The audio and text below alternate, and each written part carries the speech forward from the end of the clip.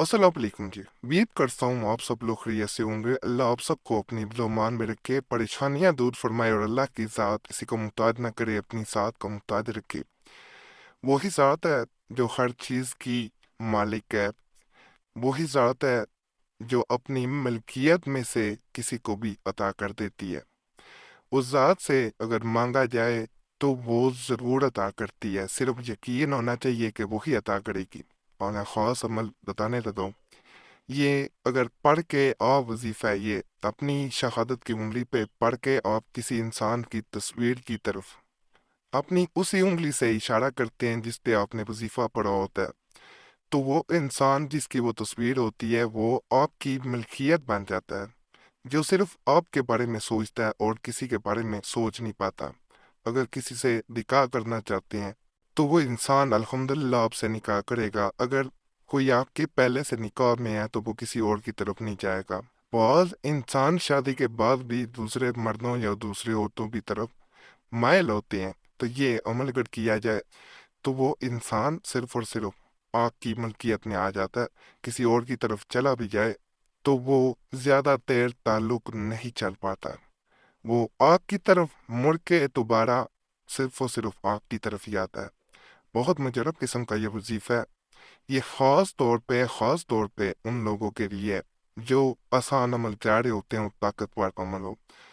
आमतौर पे हर इंसान के पास तस्वीर को आप मोबाइल में हो या मोबाइल में बाज़-औक़ात ना भी हो तो वैसे भी अगर कोई तस्वीर हो तो उस पे ये आसान अमल है। अपनी उंगली पे शहादत की जो उंगली होती है उस पे ये वजीफा पढ़ा जाता है। सिर्फ और सिर्फ 21 बारी से पढ़ना होता है। उसके बाद उस इंसान की तस्वीर की तरफ सिर्फ एक दफा की इशारा करना होता है, ज्यादा नहीं है, सिर्फ एक दफा। जैसे ही आप उस इंसान की तस्वीर की तरफ इशारा करते हैं, ये मोबाइल पे भी हो सकती है जैसे मैंने बताया, लेकिन उस वक्त मैसेज या कॉल नहीं आनी चाहिए। ये तो अमल का फायदा नहीं होता जब आप पढ़ रहे होते हैं। और अगर तस्वीर वैसे है आपके पास, किसी एल्बम में है या वैसे है, तो उस तस्वीर पे भी आप उंगली का इशारा करके अमल कर सकते हैं। लेकिन बेहतर होता है तस्वीर दो बंदों की ना हो। जिस पे अमल करना चाहते हैं उसकी अलहदा से तस्वीर हो, यानी एक अकेले इंसान की हो। अगर दो बंदों की हो तो उस इंसान के चेहरे पे उंगली का इशारा करना बेहतर होता है, लेकिन अलहदा तस्वीर हो तो फिर ज्यादा बेहतर है। तो आपने उसके ऊपर जब ये अमल कर लेते हैं, उसकी सिर्फ तस्वीर पे इशारा करते हैं। जैसे ही आप इशारा कर लेते हैं तो वो इंसान जिसकी तस्वीर पे आपने उंगली रख के इशारा किया होता है 21 दफा पढ़ने के बाद, वो किसी और इंसान की तरफ जाने के काबिल नहीं रहता। सिर्फ और सिर्फ आपकी तरफ ही आता है और आप से जैसे वफादारी उसमें पैदा हो जाए वो वफादार रहता है।